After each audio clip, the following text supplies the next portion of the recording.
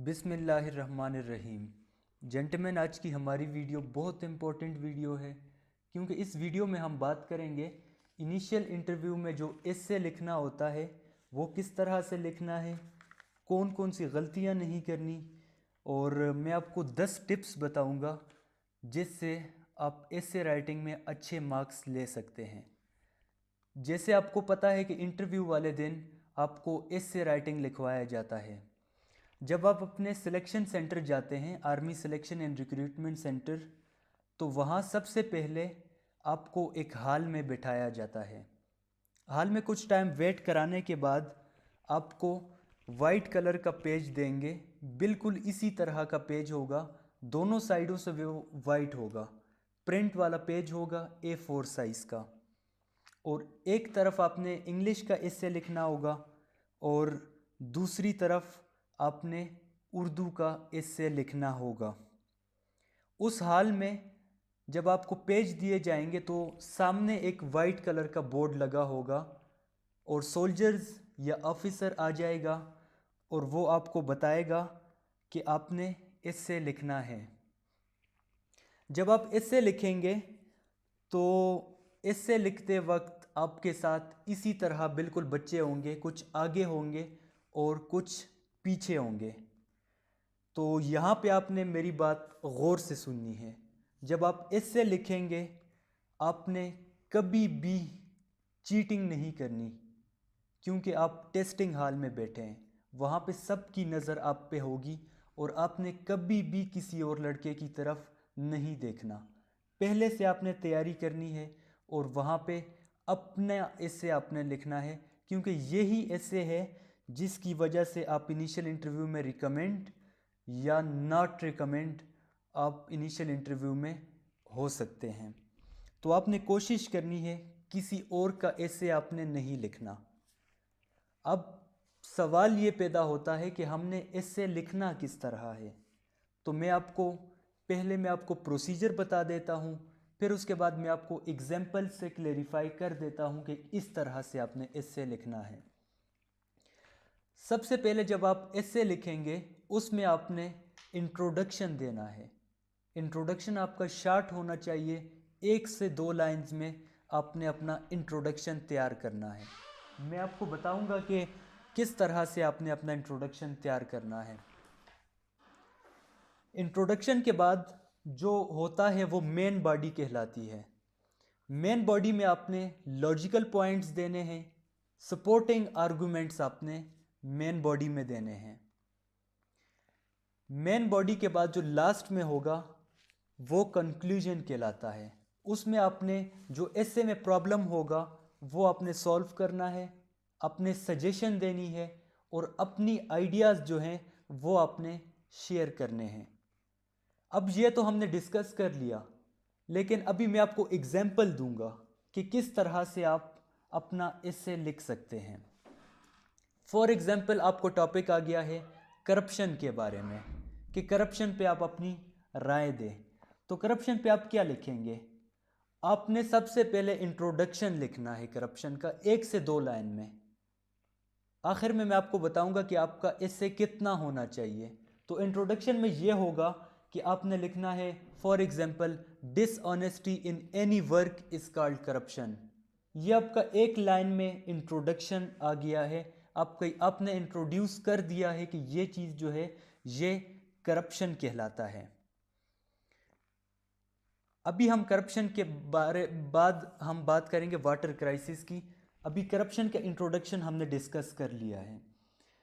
Introduction के बाद हम बात करेंगे मेन बॉडी की, जिसमें हम लिखेंगे corruption is not only money corruption. एक बंदा होगा जो कि अपनी ड्यूटी रिस्पॉन्सिबिलिटी से अदा नहीं करता, ड्यूटी में जाके वो पीरियड्स नहीं लगाता। एक टीचर्स की हम बात करें या डॉक्टर की बात करें या किसी की भी, लेकिन आपने क्रिटिसाइज नहीं करना। फॉर एग्जांपल एक बंदे में हम खुद भी आते हैं, वो जाता है स्कूल और वहाँ पे वो पीरियड नहीं लगाता, तो इसको हम टाइम करप्शन कहते हैं। पावर करप्शन भी है।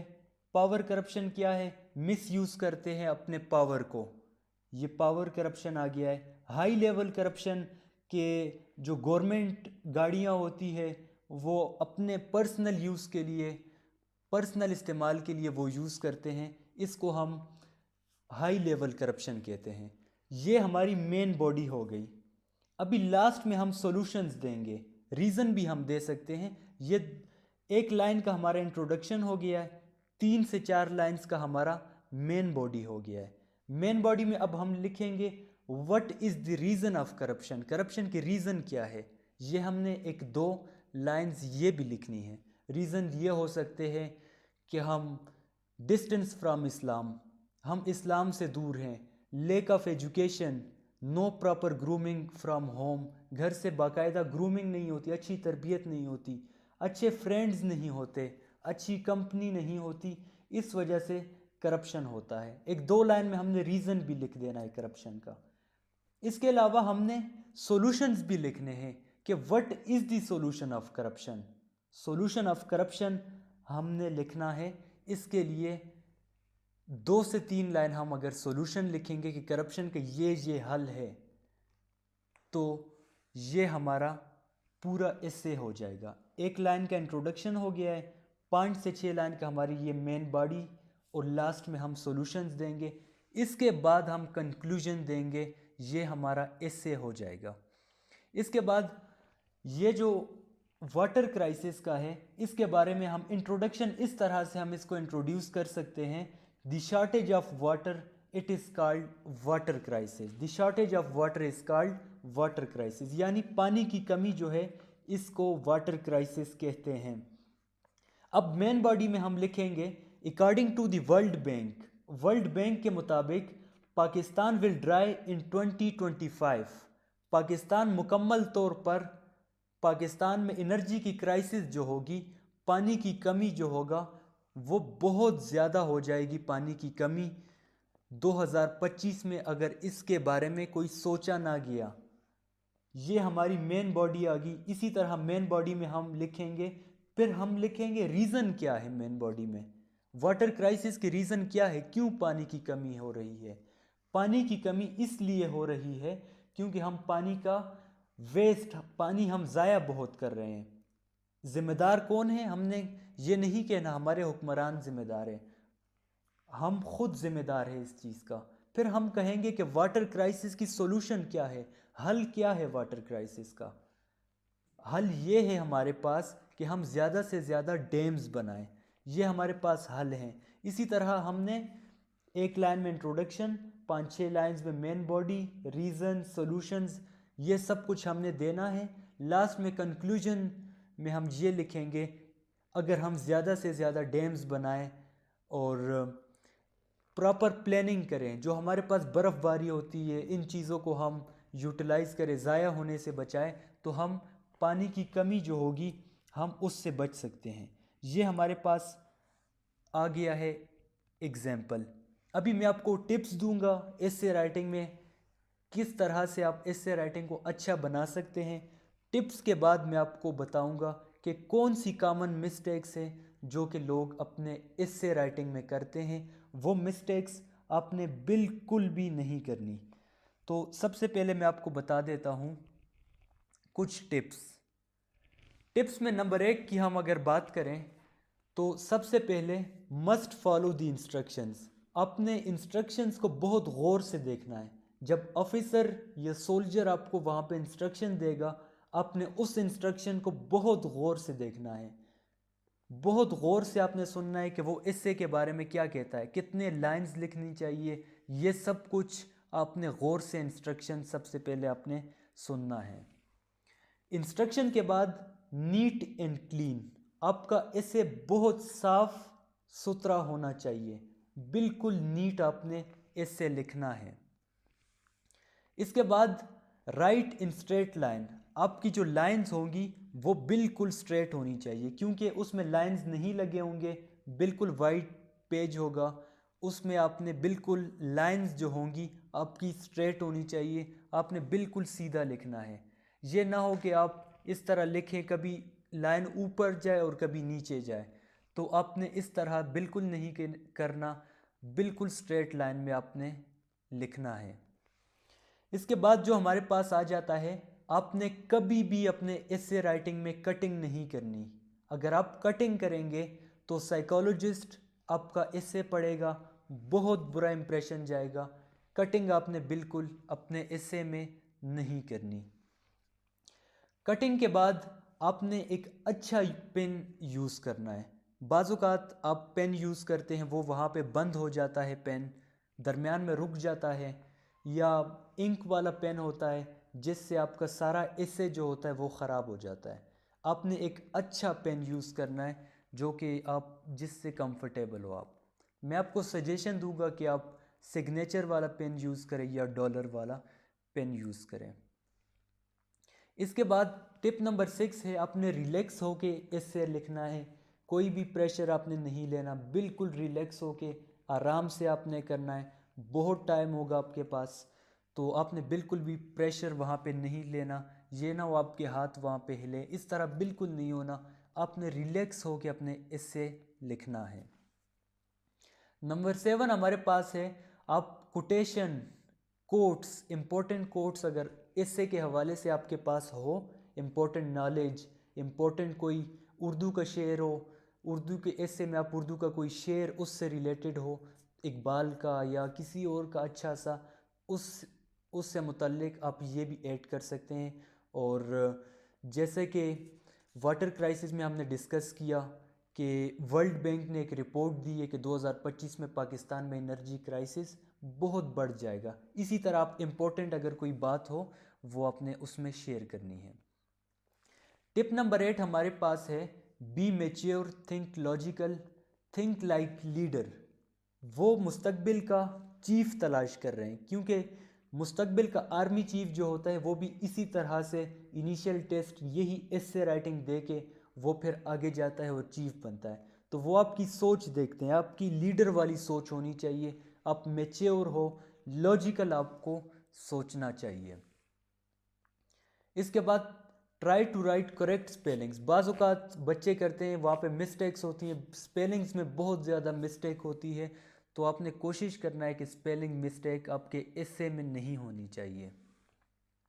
नेक्स्ट है, right short but it should explain a lot. आपने बहुत कम लिखना है, बहुत कम, और उसका मतलब बहुत वसी होना चाहिए। मतलब बात कम हो लेकिन उसमें जो असर हो वो बहुत ज़्यादा हो। इस तरह से आपने अपना एसे लिखना है। ये तो हो गया है।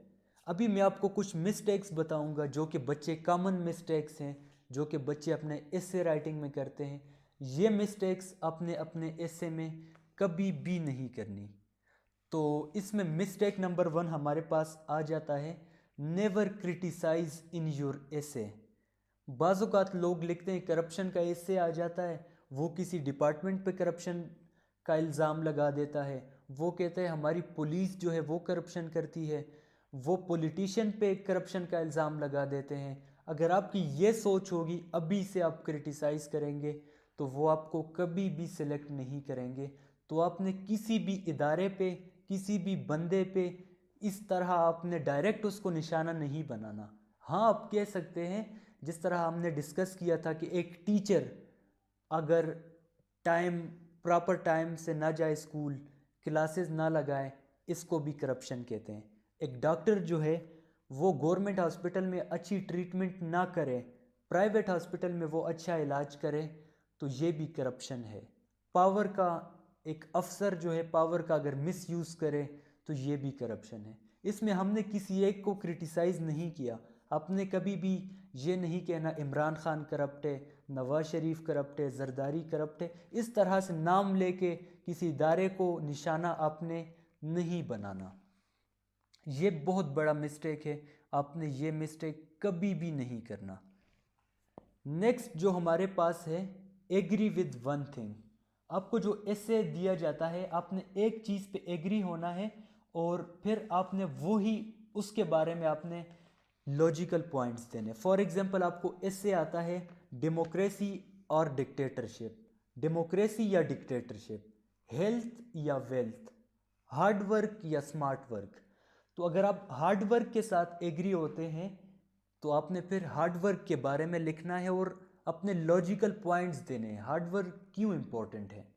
स्मार्ट वर्क की अगर आप बात करेंगे, स्मार्ट वर्क से आप एग्री होंगे तो आप फिर स्मार्ट वर्क के बारे में अच्छे अच्छे बातें करेंगे और अच्छे एग्जाम्पल्स के साथ उसको सेटिस्फाई करेंगे। तो आपने एक चीज़ के साथ एग्री होना है, ये नहीं कि आप हार्ड वर्क की भी लिखे जाए और स्मार्ट वर्क के भी। तो आप अपनी जो ओपिनियन है वो आपने लाजमी देनी है कि आपके ख्याल में स्मार्ट वर्क बेटर है या हार्ड वर्क बेटर है। इसके अलावा हमारे पास मिस्टेक नंबर 3 है, always right essay in the form of paragraph. अपने पैराग्राफ बना के एसे लिखना है। हाँ, आप पॉइंट्स कलेक्ट करके फिर वहाँ पे पैराग्राफ में आप अपना एसे लिखें। शुरू में इंट्रोडक्शन दे दें, फिर मेन बॉडी, फिर लास्ट में कंक्लूड करें और अपना सजेशन आप उसके हवाले से दे दें। मिस्टेक नंबर 4 जो हमारे पास है, maintain equal distance between all words. आपने प्रॉपर डिस्टेंस रखना है। ये ना हो किसी मतलब एक लाइन में 5 वर्ड हो, दूसरे में 2 हो, तीसरे में 3 हो, मतलब आपने बराबर बराबर इक्वल डिस्टेंस होना चाहिए सारे वर्ड्स के दरमियान। एक लाइन में अगर 6 हैं, दूसरे में भी 6 6 6, इसी तरह प्रॉपर डिस्टेंस उन अल्फाज के दरमियान होना चाहिए। इसके बाद मिस्टेक नंबर 5 है, don't copy the essay of other persons. आपने किसी और का एसे कभी भी कॉपी नहीं करना, क्योंकि हो सकता है आप किसी और का एसे कॉपी करें, वो लड़का आपसे पहले इंटरव्यू में जाए, उसके बाद डायरेक्ट आप चले जाएं, तो सेलेक्टर आप दोनों को रिजेक्ट करेगा, क्योंकि उसे पता चल जाएगा इससे पहले जिस लड़के का एसे मैंने चेक किया था उसमें भी यही बातें थी और इसने भी यही बातें लिखी थी, तो उसको शक पड़ जाएगा कि इन दोनों ने चीटिंग की है। तो आपने कोशिश करना है चीटिंग वहाँ पे नहीं करना। लास्ट में एक सवाल है कि लेंथ ऑफ एसे की लेंथ कितनी होनी चाहिए। एसे की लेंथ तो वो आपको बताएंगे कि कितनी होनी चाहिए, लेकिन आपने कोशिश करना है कि 10 से 12 लाइंस आपकी होनी चाहिए। लेकिन उनकी इंस्ट्रक्शन भी आपने सुननी है कि वो क्या कहते हैं कि कितना लिखे। नॉर्मली A4 साइज़ का पेपर है, आपने खुला खुला, बहुत खुला भी नहीं, मतलब आपने बहुत तंग तंग करके नहीं लिखना। इस तरह हो कि एक प्रॉपर प्रेजेंटेशन आपकी होनी चाहिए, बहुत अच्छे से लिखना है। शुरू में इंट्रोडक्शन आप हेडिंग देते बेशक, फिर इंट्रोड्यूस करें, उसके बाद आपने मेन बॉडी हेडिंग नहीं देनी, फिर उसके बाद आप वो लिख दें, लास्ट में आप कंक्लूजन हेडिंग दे सकते हैं। तो ये तो हमारी होगी लेंथ कितनी होनी चाहिए। अगर आपको एसे राइटिंग के बारे में मुश्किलात हो, एसे राइटिंग के टॉपिक्स आपको नहीं मिल रहे हो, तो आपने यूट्यूब पे सर्च करना है ISSB स्मार्ट स्टडी। हमारे बहुत से जो बच्चे हैं यहाँ से तैयारी करने के, इस चैनल से तैयारी की उन्होंने और अल्हम्दुलिल्लाह उनको यही टॉपिक्स आए एसे राइटिंग की। और बोलने वाले जो टॉपिक्स होते हैं, मेरे साथ काफ़ी बच्चों ने अपने एक्सपीरियंसेस शेयर किए कि एसे राइटिंग जो है ये इसी चैनल से आए हमें, और बोलने वाले टॉपिक, क्योंकि ये हमने बनाए ही वो टॉपिक्स हैं इम्पोर्टेंट जो कि पिछले कई कोर्सेज से बार बार रिपीट हो रहे हैं। तो आपने यूट्यूब पे सर्च करना है ISSB स्मार्ट स्टडी। आपके सामने इस तरह का आ जाएगा चैनल, ये जो मैंने हाईलाइट किया है रेड, ये चैनल आ जाएगा आपके पास ISSB स्मार्ट स्टडी। सामने ऑप्शन है home, videos, playlist, community. Playlist तो हम अलग अलग बनाएंगे, लेकिन आपने वीडियोस में जाना है। वीडियोस में सबसे लास्ट से लेकर ऊपर की तरफ आना है, तो हमने वहाँ पे सारे एसे अपलोड किए हुए हैं। तो आपको किसी किस्म का भी मसला हो, किसी किस्म का सवाल पूछना हो, तो आपने हमसे कमेंट में पूछ देना है और हम इंशाल्लाह आपके कमेंट का देंगे जवाब। और इसके अलावा जो भी एक्सपीरियंस चाहिए, आपको कुछ भी चाहिए, आप हमारे यूट्यूब चैनल विज़िट कर सकते हैं। इंशाल्लाह हमने काफ़ी चीज़ें अपलोड भी की हुई है, 64 वीडियोस तकरीबन हमारी हो जाएंगी, और दिन में हम काफ़ी वीडियोस अपलोड कर रहे हैं। तो चैनल पे विज़िट करें आप, और इंशाल्लाह मुझे उम्मीद है कि आपको भी यही ऐसे आएंगे और आपको बहुत हेल्प मिलेगी। Thank you so much. अल्लाह हाफ़िज़।